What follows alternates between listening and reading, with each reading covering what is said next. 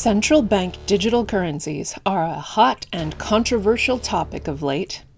We've seen everything from U.S. state governors claiming that they're banned in their respective states, to presidential hopefuls and even senators claiming that CBDCs must be banned nationwide. But what are these individuals actually saying?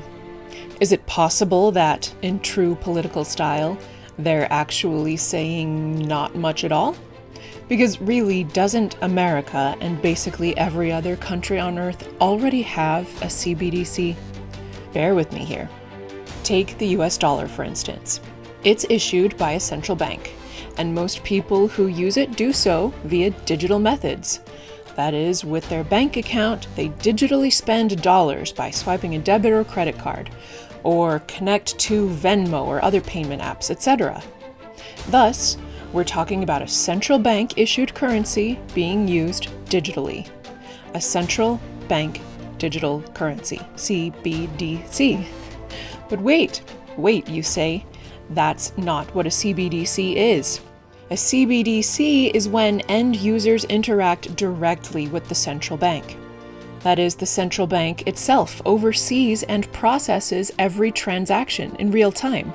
You may even say that such a scenario would inevitably lead to much-touted horrors like carbon allowances and social credit scores. But just how technically feasible is it that a single institution could process, secure, and monitor every financial transaction within an entire country 24/7? To find out a plausible answer to this question, we should just listen to what one of the pilots of the world's single most advanced and longest-running CBDC programs has to say about it. The Chinese digital renminbi, or e-yuan as it's been called, has been in development since 2014. This is longer than most cryptocurrencies have existed, by the way. And 6 years into testing the e-yuan, Deputy Governor of the People's Bank of China, Fan Yifei, had this to say about it. A one-tier system where the central bank directly interacts with the public would not be viable. A two-tier model, on the other hand, where intermediaries are involved, could help the central bank to optimize the convenience and accessibility of a CBDC. Financial institutions, such as commercial banks, have fully developed IT infrastructure application and service systems with strong processing capabilities. To build a separate system would be a tremendous waste of such existing resources. Instead, the central bank can leverage market forces to optimize related systems through close cooperation with commercial banks and other organizations. It would be unrealistic to expect the People's Bank of China to develop such a massive system all by itself, while ensuring a high level of transaction security, efficiency and reliability, and user satisfaction at the same time. In other words, Fan Yifei is saying that the best system for a Chinese CBDC is the system they already have.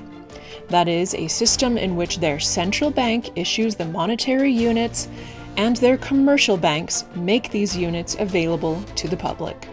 It's basically the same setup we've all known our entire lives, with some minor tech upgrades. But this viewpoint isn't very sexy, is it? It's not exciting to think that the cryptosphere's greatest boogeyman is already here and has been the whole time. So let's end this report on a note of excitement.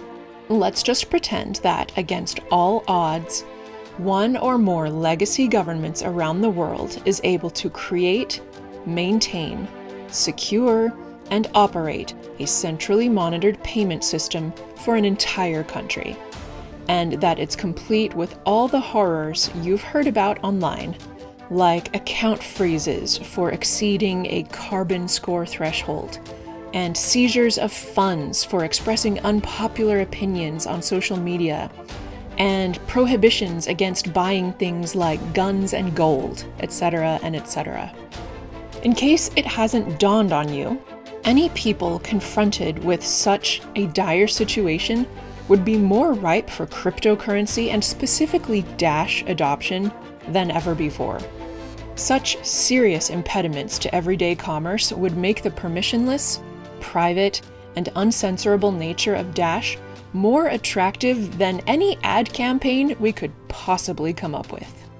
So, whether you agree that CBDCs are already here, or whether you think that they're yet to come, we can agree on one thing: that the worse and more dystopian they are, the better the market opportunity for digital cash.